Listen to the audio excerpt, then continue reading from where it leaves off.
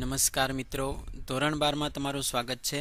Chapter number 12 atoms પરમાણુ chapter. NEET અને જેડબલઈ માં અહીં સ્પષ્ટ મુદ્દાઓ આપેલા છે. પહેલા લેક્ચરમાં તમે જોઈ ગયા છો થોમ્સનનું પરમાણુ મોડલ અને રુથરફોર્ડના પરમાણુ મોડલ. ત્યારબાદ આજે આપણે જોવાના છીએ બોહરનું પરમાણુ મોડલ.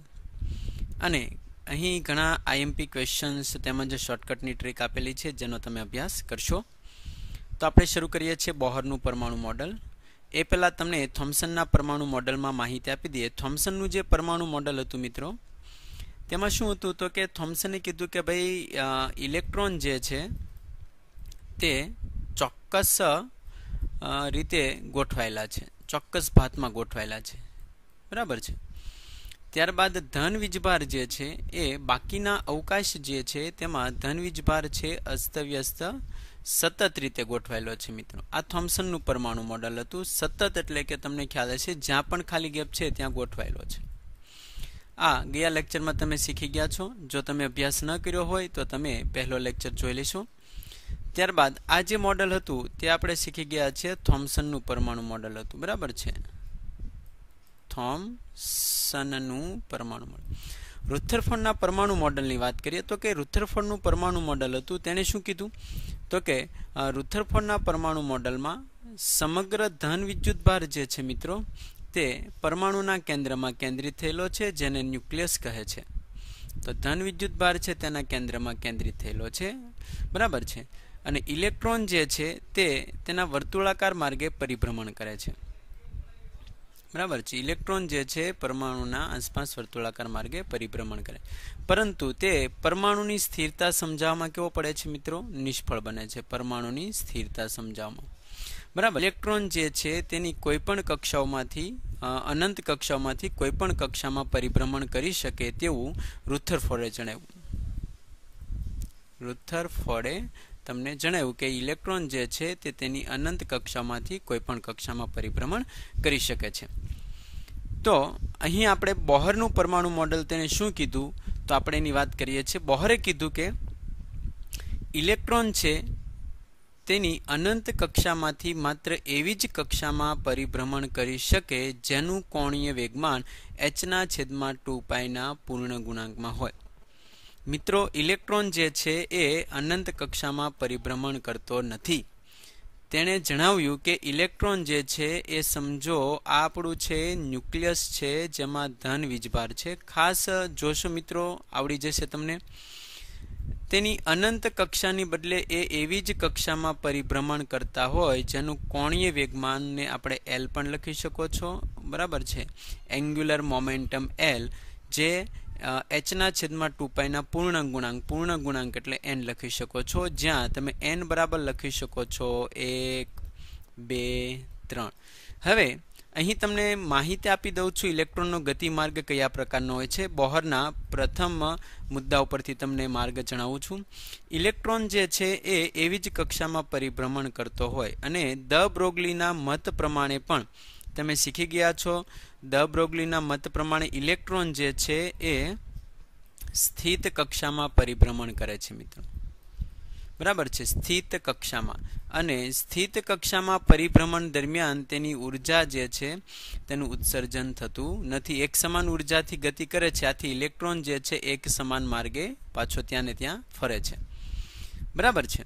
તો આને સ્થિત કક્ષા કહે છે. હવે અહીં તમે જોશો કે સ્થિત કક્ષામાં એક પરિભ્રમણ દરમિયાન તેની તરંગ લંબાઈ લેમ્બડા હોય. આપણા સમીકરણ મેળવી દઈએ કોણીય વેગમાન કઈ રીતે આવે છે. પહેલા મુદ્દા પરથી તેનું કોણીય વેગમાન છે મિત્રો આપણે મેળવવા માટે એક તરંગ બને એટલે L હોય. આપેલા પરિઘની અંદર જે ઇલેક્ટ્રોનનો ગતિમાર્ગ છે પરિઘની અંદર કેટલા લેમ્બડા બનશે તો કે n લેમ્બડા, બરાબર છે. પરિઘ આપણે લઈએ છીએ મિત્રો 2πr. હવે અહીં લેમ્બડા જે છે ત્યાં આપણે દ બ્રોગલીની તરંગ લંબાઈ મૂકી દઈએ. દ બ્રોગલીની તરંગ લંબાઈ ખબર હશે તમને h/p અને p બરાબર મૂકીએ છીએ mv = 2πr. મિત્રો અહીં તમે જોશો mvr ને કરતા બનાવશો mvr = nh/2π આપેલું કોણીય વેગમાનનું સમીકરણ મળે છે. અને જ્યાં તમને ખ્યાલ હશે L બરાબર છે તમે લખી શકો છો r × p, p = mv. આથી mvr બરાબર કોણીય વેગમાન થશે જે h/2π ના પૂર્ણ ગુણાંકમાં હોય તેવા જ માર્ગે ગતિ કરશે. સમજો તમને કોઈ ક્વેશ્ચન પૂછે કે આ જે છે એ ન્યુક્લિયસ છે જેની અંદર કયો વીજભાર છે મિત્રો? ધન વીજભાર છે. બરાબર છે. હવે અહીં પ્રથમ કક્ષા છે n બરાબર 1, n બરાબર 2, n બરાબર 3, n બરાબર 4. તો તમને પૂછવામાં આવે કે n બરાબર પ્રથમ કક્ષામાં તેનું કોણીય વેગમાન કેટલું હોય તો તમે લખી શકો છો. જો અહીં n બરાબર 1 મૂકશો તો પ્રથમ કક્ષામાં કોણીય વેગમાન h/2π થાય. n બરાબર બીજી કક્ષામાં જો તેનું કોણીય વેગમાન મૂકશો તો કેટલું થશે? n બરાબર 2 મૂકશો તો મિત્રો h/π થશે. આ રીતે તમે તેનું કોણીય વેગમાન મેળવી શકો છો, જે ખાસ ધ્યાનમાં રાખશો. ત્યારબાદ પ્રથમ મુદ્દો સમજાઈ ગયો હોય તો આપણે બીજા મુદ્દામાં જઈએ છીએ. બીજો મુદ્દો ખાસ જોશો તમે અહીં. બીજો મુદ્દો બોહરના પરમાણુ મોડેલમાં પણ એના પરથી બહુ સહેલો મુદ્દો છે. તો કે ઇલેક્ટ્રોન જે છે બરાબર તે ઊંચી ઉર્જા સ્તર E1માંથી જો નીચી ઉર્જા સ્તરમાં સંક્રાંતિ કરે જતો હોય તો f આવૃત્તિ ધરાવતા ફોટોનનું શું કરશે મિત્રો? એ ઉત્સર્જન કરશે. અહીં તમે જોશો કે જેની ઊંચી ઉર્જા સ્તર છે એવું E1 સ્તર છે. બરાબર છે. n2 બરાબર તમે કોઈ પણ નામ આપી શકો છો. આ n2 લઈએ અથવા તો આને આપણે લઈએ છીએ n1. બરાબર છે. n2 અને n1. તો ઊંચી ઉર્જા સ્તર E1માંથી E2માં જ્યારે સંક્રાંતિ કરશે ત્યારે ફોટોન અહીં તમે જોશો. ફોટોન એટલે એક ફોટો ઇલેક્ટ્રોન્સ પણ કહી શકો છો જેનું ઉત્સર્જન કરે છે, જેની ઉર્જાનું સમીકરણ તમને ખ્યાલ હશે E બરાબર hf. ફોટોનની ઉર્જાનું સમીકરણ છે. એક ફોટોન ઉત્સર્જન થાય તો hf લખાય અને જો n ફોટોન ઉત્સર્જન થાય તો n ફોટોન લખી શકાય. તો બંને વચ્ચે ઉર્જા ગેપ કેટલો છે તો તમે અહીં લખી શકો છો E1 હાયર એનર્જી સ્ટેટમાંથી લોઅર એનર્જી સ્ટેટ બાદ કરતા E બરાબર hf. અહીં f બરાબર c/લેમ્બડા પણ લખી શકો છો. આથી hc/લેમ્બડા પણ લખી શકાય. બરાબર છે. ત્યારબાદ નીચેની આકૃતિ જોશો તો કે લોઅર એનર્જી સ્ટેટ છે તેમાંથી હાયર એનર્જી સ્ટેટમાં જશે. નીચા ઉર્જા સ્તરમાંથી મિત્રો ઊંચા ઉર્જા સ્તરમાં જશે. નીચા ઉર્જા સ્તરમાંથી ઊંચા ઉર્જા સ્તરમાં જાય તો f આવૃત્તિ ધરાવતા ફોટોનનું શું કરશે? શોષણ કરશે. અને આ દરમિયાન તેની ઉર્જાનું સમીકરણ છે E1 - E2 hf. આપેલી પ્રક્રિયામાં ફોટોનનું શું થાય છે? શોષણ. તો આ બંને જે કારણો જે છે એ બોહરના પરમાણુ મોડેલ ઉપરથી જાણવા મળે છે. બરાબર છે. બહુ જ સહેલા મુદ્દાઓ છે. તમે ફરી એકવાર અભ્યાસ કરશો જેથી તમે સારી રીતે લખી શકો છો. આપેલા બંને મુદ્દા તમે નોંધ કરી રાખશો અથવા તો લખી રાખશો જેથી તમે MCQ ગણતી વખતે ખાસ ધ્યાનમાં રાખી શકો. ત્યારબાદ જો કોઈ ઇલેક્ટ્રોન છે વર્તુળાકાર માર્ગે મિત્રો પરિભ્રમણ કરતો હોય તો તેની ત્રિજ્યાનું સમીકરણ છે. ત્રિજ્યા પરથી એના MCQ પૂછે છે ખૂબ જ સહેલા. તો તમે આપેલા મુદ્દામાં છે ખાસ અને ખાસ નોંધ કરી રાખશો અને વ્યવસ્થિત એકદમ જોશો કે જેથી તમે સરળ રીતે શીખી શકો છો. અહીં તમે જોશો તો કે હાઇડ્રોજન પરમાણુ જે છે એ મેં દોરેલો છે. હાઇડ્રોજન પરમાણુને લખી શકો છો H11. બરાબર છે. પરમાણુ ક્રમાંક પણ 1 અને દળ પણ 1. મિત્રો તેની જગ્યાએ કોઈ પણ ન્યુક્લિયસ હોય તો તેમાં પ્રોટોન ઇલેક્ટ્રોનની સંખ્યા પૂછે તો તમે અહીં કોઈ પણ તત્વને તમે લખવું હોય તો તત્વ માટે તમે લખી શકો છો XZA. X એ તત્વ બતાવે છે, Z એ પરમાણુ ક્રમ બતાવે છે, પ્રોટોન અથવા ઇલેક્ટ્રોનની સંખ્યા પણ કહી શકો છો અને A એ દળ બતાવે છે. બરાબર છે. હવે તમે અહીં જોશો ત્રિજ્યાનું સમીકરણ મેળવવું છે. M દળનો ઇલેક્ટ્રોન છે. R ત્રિજ્યાના વર્તુળાકાર માર્ગ ઉપર V વેગથી ન્યુક્લિયસની આસપાસ પરિભ્રમણ કરી રહ્યો છે. બરાબર. તો મિત્રો કોઈ પણ કણ જે છે વિદ્યુતભારિત કણ બરાબર એ વર્તુળાકાર માર્ગે પરિભ્રમણ કરતો હોય તો તેને કેન્દ્રગામી બળ લાગે છે. અને આ કેન્દ્રગામી જે બળ જે છે કુલંબીય બળ દ્વારા પૂરું પડે છે. અહીં બંને વચ્ચે કુલંબીય બળ લાગે છે. કેન્દ્રગામી બળ છે mv²/r = કુલંબીય બળ જે છે 1/4πε0 Ze²/r પણ તમે લખી શકો છો. અહીં પ્રથમ વિદ્યુતભાર જે છે તમે જોઈ શકો છો Q1 વિદ્યુતભાર છે. બરાબર. બીજો વિદ્યુતભાર છે ઇલેક્ટ્રોન છે. આથી તમે અહીં લખો છો Q1 ની જગ્યાએ Ze અને બીજો ઇલેક્ટ્રોન છે. Ze મિત્રો પરમાણુ ક્રમ છે. જે તત્વ હોય તેનો પરમાણુ ક્રમ અહીં તમે લખી શકો છો. હાઇડ્રોજન છે તો હાઇડ્રોજન માટે Z છે એ 1 થશે. હવે બોહરના અધિતર્કનો ઉપયોગ કરી હમણાં જ આપણે શીખી ગયા ઇલેક્ટ્રોન તેની અનંત કક્ષાઓમાંથી માત્ર એવી જ કક્ષામાં પરિભ્રમણ કરે જેનું કોણીય વેગમાન mvr બરાબર nh/2 પાય હોય. અહીં તમે વેગને કરતા બનાવશો તો v બરાબર શું થશે તો કે v બરાબર nh/2 પાય મિત્રો nh/2 પાય mr થશે.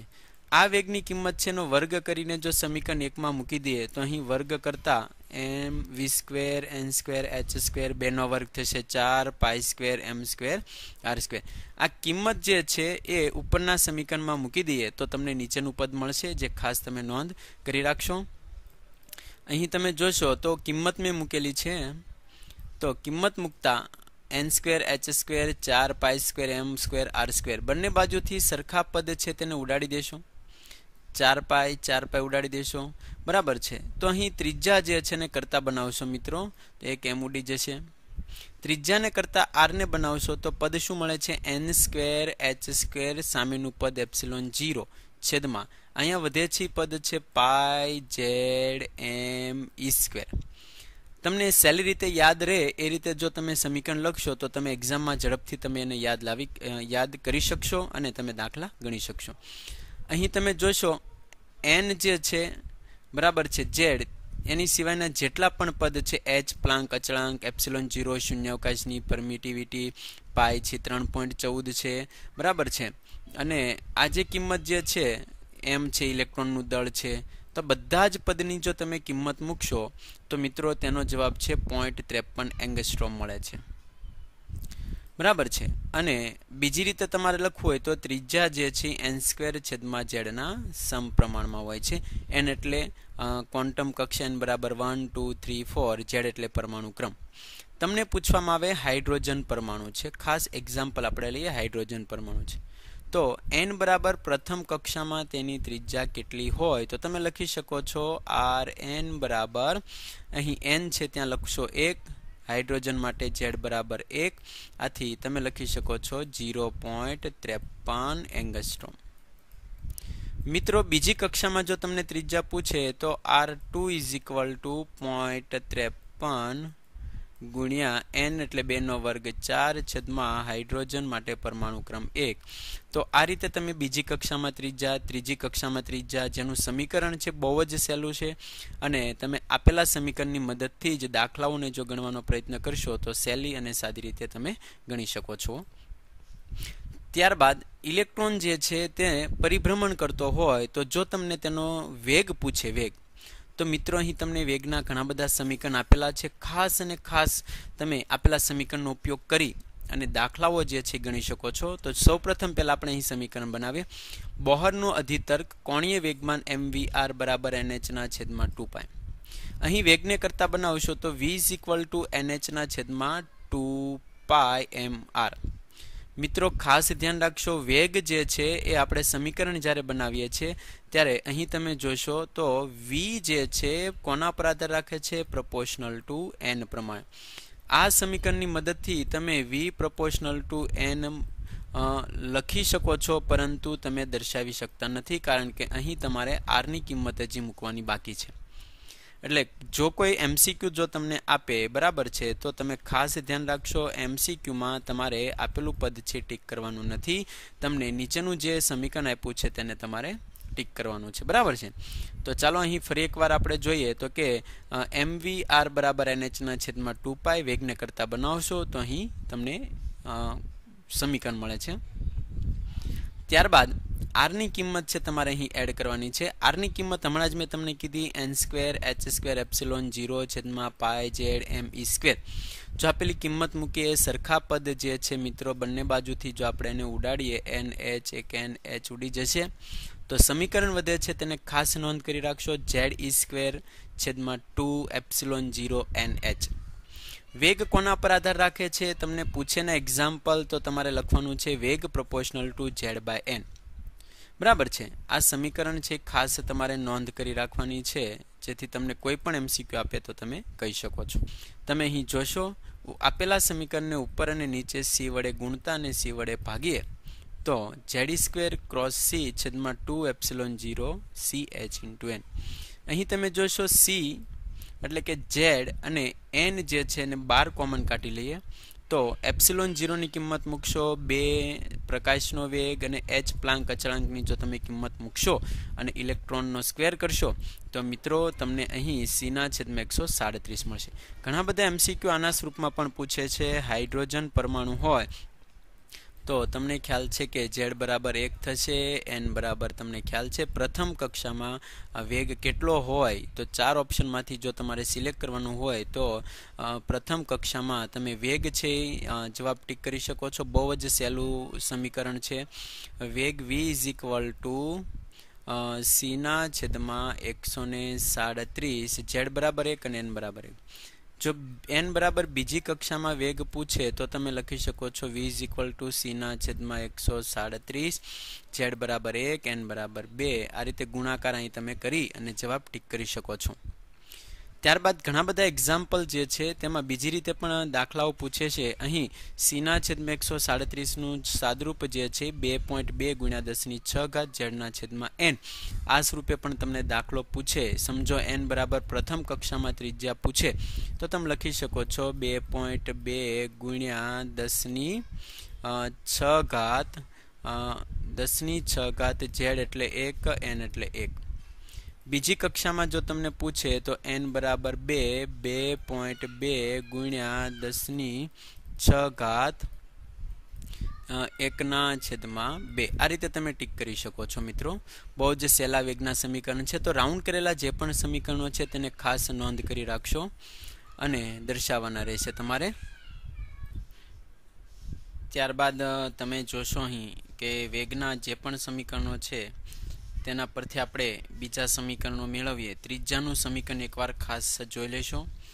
ત્રીજાનું સમીકરણ જે છે એ n² h² ε0/π/z/me² છે. બરાબર છે. હવે તેના પરથી આપણે ઘણા બધા બીજા સમીકરણો મેળવવાના છીએ. તો ચાલો નીચે જોઈએ. nમી કક્ષામાં જો ઇલેક્ટ્રોન ગતિ કરતો હોય તો તેનો કોણીય વેગ પણ તમને પૂછે તો કઈ રીતે તમારે મેળવવાનું રહેશે. તો તમને સમીકરણ ખબર જ છે મિત્રો કે v બરાબર છે એ r ઓમેગા થશે. હવે એમાં ઓમેગાને કરતા બનાવશો તો v ના છેદમાં r થશે. વેગ v ની કિંમત હમણાં જે ઉપરનું સમીકરણ મેળવું છે તે વેગ v ની કિંમત જો તમે એમાં મૂકી દેશો બરાબર છે અને ત્યારબાદ જો તમે r ની કિંમત મૂકશો તો બંનેનો ગુણોત્તર લેતા તમને આવું એક સમીકરણ બને છે. હવે આપેલું સમીકરણ જે છે તેનો કોઈ એક્ઝામ્પલ જે છે પૂછવાની બહુ ઓછી શક્યતાઓ છે. ઓમેગાનું જે છે સમીકરણ મેન છે કોના પર આધાર રાખે તો મિત્રો આ જે પોઈન્ટ અહીં સાઈડમાં જે લખ્યો છે તે તમારે ખાસ નોંધ કરી રાખવાનો છે. Omega proportional two z²/n³. સમીકરણ કઈ રીતે મળે છે? જો માહિતી ન મળે તો ઉપર ખાસ વેગનું સમીકરણ અને ત્રિજ્યાના સમીકરણનો તમારે ગુણોત્તર લઈ સમાન જે પદ છે તેને તમારે ઉડાડી દેશો એટલે આ તમને જવાબ મળી જશે. એમાં સૌથી અગત્યનો ભાગ છે z²/n³. ત્યારબાદ nમી કક્ષામાં પરિભ્રમણ કરતો ઇલેક્ટ્રોન છે તેની આવૃત્તિ કેટલી હોય તો મિત્રો તમે સિમ્પલ અને સાદી રીતે ગણી શકો છો. ઓમેગા બરાબર 2πf થશે. f ને કરતા બનાવશો તો ઓમેગાના છેદમાં 2π. અહીં જે ઓમેગાની કિંમત જે તમે મેળવી છે તેની કિંમત અહીં એડ કરશો. આથી તમે જોઈ શકો છો કે ઓમેગા છેદમાં 2π કરશો એટલે પાઈ ઉડી જશે. તો આવૃત્તિ જે છે એ ઓમેગાના સમપ્રમાણમાં દેખાય છે. ઓમેગા પ્રોપોર્શનલ ટુ આવૃત્તિ દેખાય છે અહીં તમે જોઈ શકો છો. આથી આવૃત્તિ જે છે = તમે z²/n³ લખી શકો છો. આવૃત્તિ અને કોણીય વેગ જે છે સમાન હોય છે જે ખાસ નોંધ કરી રાખશો. ત્યારબાદ આપણે આગળના મુદ્દામાં જઈએ છીએ. nમી કક્ષામાં પરિભ્રમણ કરતા ઇલેક્ટ્રોનનો આવર્તકાળ. મિત્રો તમે ખ્યાલ જ છે આગળ તમે શીખી ગયા છો કે આવર્તકાળ છે એ આવૃત્તિના 1/f = આવર્તકાળ થાય. બરાબર છે. એકમ સમયમાં દોલન થતા હોય તે માટે લાગતો સમય જે છે તેને આપણે કહીએ છીએ આવર્તકાળ 1/f નું વ્યસ્ત. તો અહીં આવર્તકાળનું જે આવૃત્તિનું જે સમીકરણ મેળવું છે તેને તમારે વ્યસ્ત કરવાનું છે. તો અહીં જે આવૃત્તિનું સમીકરણ તમે લખી ગયા છો z²/n³, એનું વ્યસ્ત કરશો તો n³/z² વધે છે. જે તમારે ખાસ નોંધ કરી રાખવાના છે. MCQ તમને પૂછે તો તમારે ત્યાંથી શરૂઆત કરવાની છે. ત્યારબાદ nમી કક્ષામાં કોણીય વેગમાન કેટલું હોય? મિત્રો આપણે આગળ શીખી ગયા છે બોહરનું કોણીય વેગમાન L બરાબર mvr is equal to nh ના છેદમાં 2π. આથી કોણીય વેગમાન L જે છે એ n ના સમપ્રમાણમાં હોય છે. પ્રથમ કક્ષામાં કોણીય વેગમાન 1 મૂકશો, બીજી કક્ષામાં 2, n ની જગ્યાએ તમને કોઈ પણ કક્ષામાં કોણીય વેગમાન પૂછે તો તમે લખી શકો છો 1 2 3 4. એનો ગુણોત્તર પૂછે તો પણ તમે મેળવી શકો છો. પ્રથમ કક્ષામાં તો કે n બરાબર 1 હોય, બીજી કક્ષામાં તો કેટલું હોય n બરાબર 2, તો એનો ગુણોત્તર થશે 1/2. આવી રીતે કોઈ પણ એક્ઝામ્પલ પૂછે તમે સોલ્વ કરી શકો છો. ત્યારબાદ nમી કક્ષામાં પરિભ્રમણ કરતા ઇલેક્ટ્રોનનો પ્રવાહ કેટલો હોય? પ્રવાહનું સમીકરણ પણ ખૂબ જ સહેલું છે, તમારે બનાવવાનું છે. પ્રવાહ I બરાબર સમીકરણ થશે એકમ સમયમાં પસાર થતા વિદ્યુત ભારને વિદ્યુત પ્રવાહ I કહે છે. તો અહીં સમીકરણ છે 1/T એટલે આવૃત્તિ f પણ લખી શકો છો, બરાબર. તો અહીં આવૃત્તિનું જે તમે ઉપર સમીકરણ હમણાં જે મેળવ્યું છે અથવા તો ટીનું જે સમીકરણ છે જો તમે અહીં એડ કરી દેશો તો તમને આપેલું એક સમીકરણ બને છે, બરાબર. તો અહીં પ્રવાહ જે છે એ z²/n³ એનો મતલબ એ આવૃત્તિને સમાન મળે છે, બરાબર છે. અહીં આવૃત્તિનું સમીકરણ આપણે જોઈ લઈએ. z²/n³, z²/n³ આવૃત્તિ સમાન હોય છે અને પ્રવાહ પણ સમાન હોય છે, જે તમારે ખાસ નોંધ કરી રાખવી, બરાબર. તમે એકવાર ફરીથી બધા જ સમીકરણ જાતે પણ મેળવશો જેથી એક્ઝામમાં તમે ઝડપથી બનાવી શકો છો. ત્યારબાદ મેગ્નેટિક મોમેન્ટ. મિત્રો કોઈ પરમાણુ જે છે એની અંદર કોઈ ઇલેક્ટ્રોન, સમજો આ ન્યુક્લિયસ છે જેનો વીજભાર પ્લસ છે, તેની આસપાસ r ત્રિજ્યાના વર્તુળાકાર માર્ગે કોઈ એક ઇલેક્ટ્રોન પરિભ્રમણ કરે છે. ઇલેક્ટ્રોન આ બાજુ હોય તો પ્રવાહની દિશા તેનાથી વિરુદ્ધ હોય, બરાબર છે. જમણા હાથનો અંગૂઠો જે છે એ જો ઉપરની તરફ રાખશો તમે તો તમને ચુંબકીય ક્ષેત્રની દિશા પ્રવાહની દિશામાં મળી જશે. મિત્રો તમારા જમણા હાથને જે છે તમે ઉપરની દિશામાં રાખશો, બરાબર છે. પ્રવાહની દિશામાં આંગળા રાખશો તો ઉપરની દિશામાં તમને જે છે અહીં તમે જોશો તો પ્રવાહની દિશા જે છે તેમાં તમારે આંગળા રાખવાના છે. મિત્રો જો પ્રવાહની દિશામાં તમે આંગળા મૂકશો તો ચુંબકીય ક્ષેત્રની દિશા તમને ઉપરની તરફ મળે, બરાબર છે. તો આ જે છે એની ડાયપોલ મોમેન્ટ કહીએ છીએ. ડાયપોલ મોમેન્ટ એટલે ઇલેક્ટ્રોન અને એને પ્રવાહ અને તેને બનાવેલું ક્ષેત્રફળ મિત્રો લખી શકો છો πr². તો પ્રવાહ ગુણ્યા πr² કરશો, એમાં r ની કિંમતનો વર્ગ કરીને જો તમે મૂકશો તો તમને ડાયપોલ મોમેન્ટ છે એ ક્વોન્ટમ નંબર n ના સમપ્રમાણમાં તમને મળશે. અહીં તમારે r ની કિંમત મૂકવાની છે. r ની કિંમત તમે અગાઉ લખી ગયા છો, જેમાંથી તમે એડ કરી શકો છો. બીજું છે મિત્રો બોહર મેગ્નેટ્રોન. ઘણીવાર MCQમાં તમને પૂછે છે બોહર મેગ્નેટ્રોન એટલે શું થાય, તો બોહર મેગ્નેટ્રોનનું પણ સમીકરણ તમને અહીં લખીને આપ્યું છે, જે તમારે નોંધ કરી અને સાઈડમાં રાખવાનું છે EH/4πm, જેની માહિતી પણ તમે આગળ પણ મેળવી શકો છો. ત્યારબાદ nમી કક્ષામાં ચુંબકીય ક્ષેત્ર. મિત્રો ચુંબકીય ક્ષેત્રનું સમીકરણ છે જો કોઈ ઇલેક્ટ્રોન વર્તુળાકાર માર્ગે પરિભ્રમણ કરતો હોય તો એનું મેગ્નેટિક ફિલ્ડ કેટલું ઉત્પન્ન કરે છે, એ મેગ્નેટિક ફિલ્ડનું સમીકરણ જે છે એ બનાવીને આપ્યું છે. આ ત્રિજ્યા છે r, μ0 અહીં આટાની સંખ્યા પણ આવે છે, પણ આટાની સંખ્યા 1 હોવાથી અહીં આપણે 1 મૂક્યું છે. μ0 n એટલે આટાની સંખ્યા બતાવે છે, લખી શકો I/2r. અહીં ઉપર I જે છે પ્રવાહની કિંમત ઉપર તમે મેળવી ગયા છો, r ની કિંમત પણ મેળવી લીધેલી છે. તમે જે સમીકરણ બનાવ્યા તેમાંથી પ્રવાહને જો r ની કિંમત એડ કરશો તો તમારે આવું એક સમીકરણ બને છે. આ સમીકરણમાં જરૂરી પદ છે b કોના પર આધાર રાખે છે, તો કે z³/n⁵ ઉપર આધાર રાખે છે, જે ખાસ નોંધ કરી રાખશો. ત્યારબાદ એક છેલ્લો તમને MCQ સમજાવી દઉં છું, તો કે r જે છે ત્રિજ્યાનું સમીકરણ છે n²h²ε0/πz સમીકરણ બનાવીએ છીએ πzme².